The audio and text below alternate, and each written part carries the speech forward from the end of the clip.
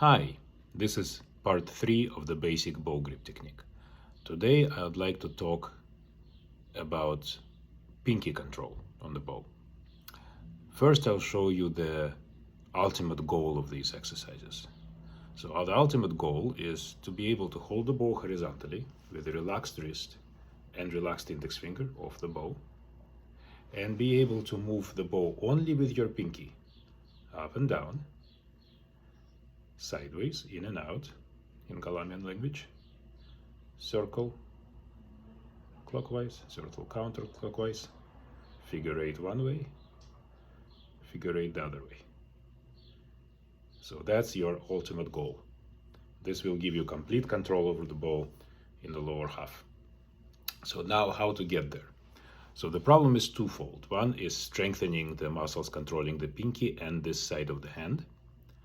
And the other one is coordinating muscles. So the pinky and this muscle is strong while the wrist and the other fingers are relaxed. So there are two ways that I usually use to get to this, and I would use them in parallel. One is starting from vertical position, where there is no weight on the pinky.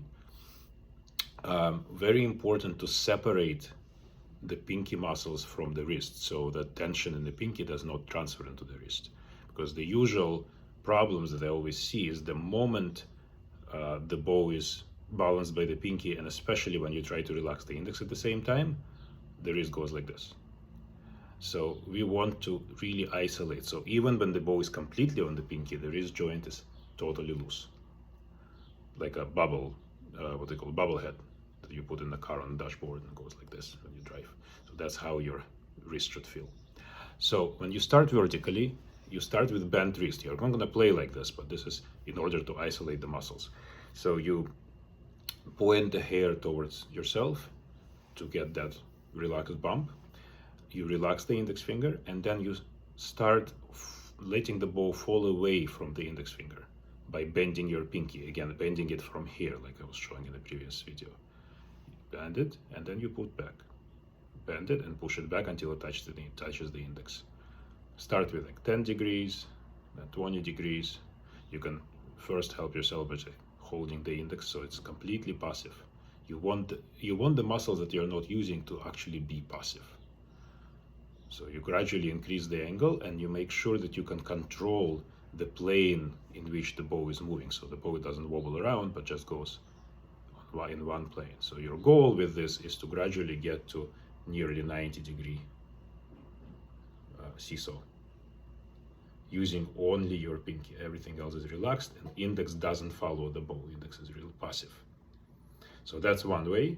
If it's really difficult, you can start maybe here and like do the same exercise, holding the bow closer to the balance point, and then gradually get towards the frog. The parallel way is to practice it horizontally, which is the control you will actually need when you play. So here we want to isolate the muscle building from coordination. So we start where it's relatively easy. So you find the balance point, and a good way to do it is actually sitting down, putting one leg over the other, leaning your elbow on your knee, so there is a natural pronation and the arm is relaxed. And then you find the balance point between the thumb and the middle finger.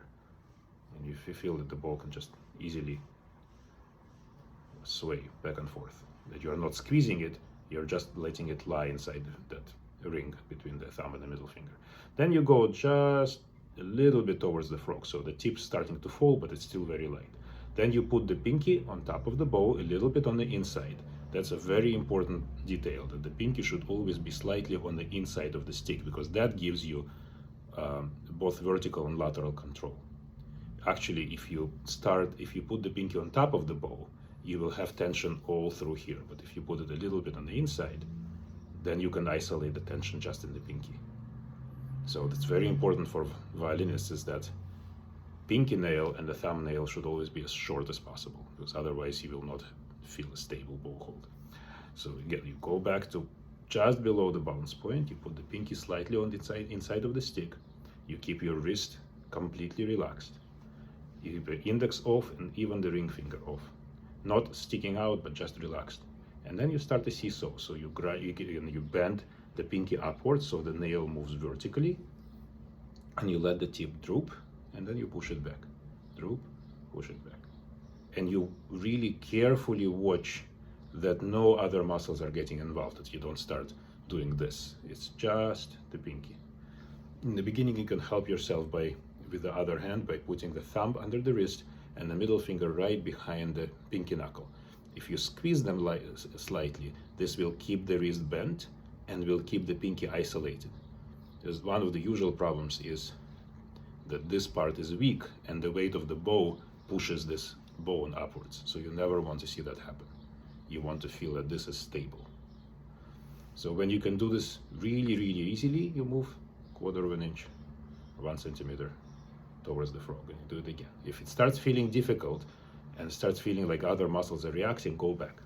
So this should take a few weeks. Don't rush this.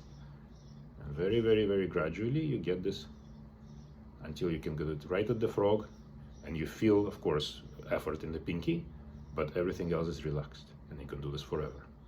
Then you can try doing the other motions, circles and in and out. Once you can do this, the other stuff will be easy.